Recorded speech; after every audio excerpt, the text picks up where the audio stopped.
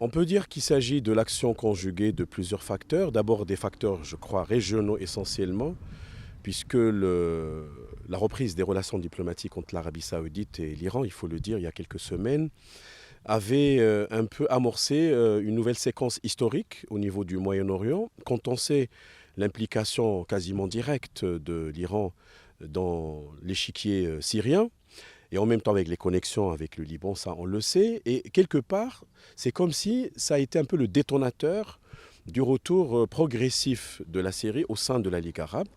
Comme vous l'avez si bien dit, c'était à partir du 16 novembre 2011, à la suite des mouvements de protestation qui ont été enclenchés dans le sillage de ce qu'on appelait les printemps arabes. Mais le régime de Bachar el-Assad a été vivement critiqué, y compris par des membres des Nations Unies, mais à l'époque, le Conseil de sécurité était handicapé, il ne pouvait pas prendre des sanctions ou des mesures coercitives contre le régime au vu du veto chinois et russe.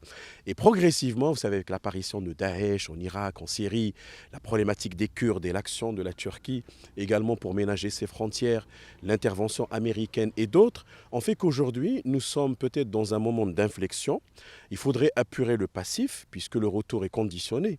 Vous savez, bon, c'est un retour déjà, mais il y a un mécanisme d'évaluation et de suivi qui a été mis en place pour vérifier d'abord sur un certain nombre de points, par exemple le retour des réfugiés, la question du contrôle des frontières, la drogue, etc. Et deuxièmement, la question du statut des opposants au régime de Bachar el-Assad, parce que beaucoup de Syriens sont contre, en réalité, ce retour. On va dire en demi-teinte, puisque le régime lui-même n'a pas... on va dire, crier victoire, parce que Abou el-Raid, qui est le secrétaire général de la Ligue arabe, avait dit qu'il n'y a pas de vainqueur, il n'y a pas de vaincu. Donc c'est une démarche qui est, à mon sens, qui est réaliste.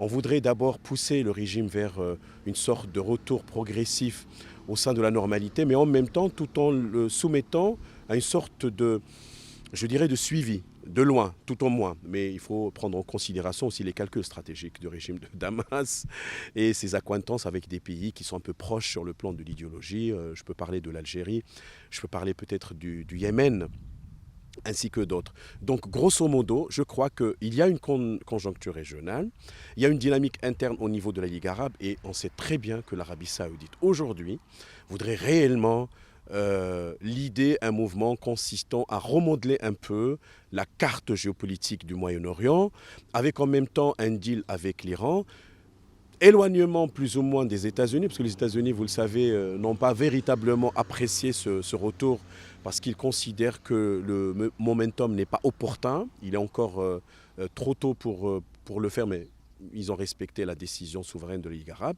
Donc ce qui fait que, institutionnellement, sur le plan organisationnel, il faut voir maintenant les enjeux politiques et géopolitiques qui vont en découler. C'est une guerre de position et de positionnement.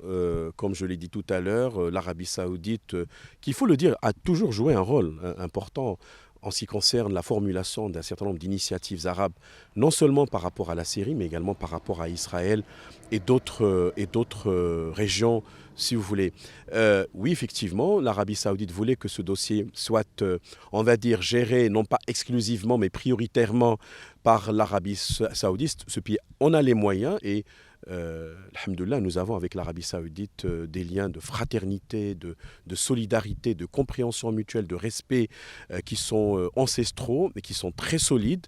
Et cela avait frustré encore une fois le régime d'Alger. Maintenant, l'Algérie n'avait qu'à se résigner à la réalité et admettre ce processus de retour qui est un peu, on va dire, conduit par l'Arabie saoudite, mais grâce aussi au soutien d'autres pays qui sont importants sur le plan du Moyen-Orient, notamment l'Égypte, notamment la Jordanie et l'Irak, aujourd'hui, qui revient au niveau de la scène régionale progressivement. Le Maroc, comme vous le savez, a toujours adopté une position stratégique de modération, d'abord d'anticipation, mais aussi de consensus. Donc, M. Borreta, le chef de la diplomatie marocaine hier, 7 mai, l'avait rappelé. Le Maroc est pour une solution globale. Le Maroc est pour le respect de l'intégrité territoriale des pays membres de la Ligue arabe. Ça, c'est important. Et il ne faut pas faire deux poids, deux mesures. Il faut absolument que ce principe régisse toutes les relations intra-arabes. Et évidemment, ça s'adresse aussi à l'Algérie pour qu'elle cesse toute ingérence au niveau de notre Sahara marocain récupéré, consolidé. Ceci dit, le Maroc adopte une progressivité dans la démarche. Je l'ai dit tout à l'heure, c'est un retour qui est plus ou moins accompagné d'un certain nombre de garde-fous. Maintenant, il faut faire la différence entre le retour au sein de la Ligue arabe et le retour des représentations diplomatiques. Cela a été laissé à la discrétion de chaque État de concevoir la nouvelle approche avec la Syrie. Et je crois que le Maroc, comme il vient de réouvrir son ambassade en Irak, fermée depuis 2016 à cause de Daesh, maintenant le Maroc est dans un processus de retour progressif parce qu'il est pour le consensus arabe, il est pour des solutions proactives mais globales et intégrées.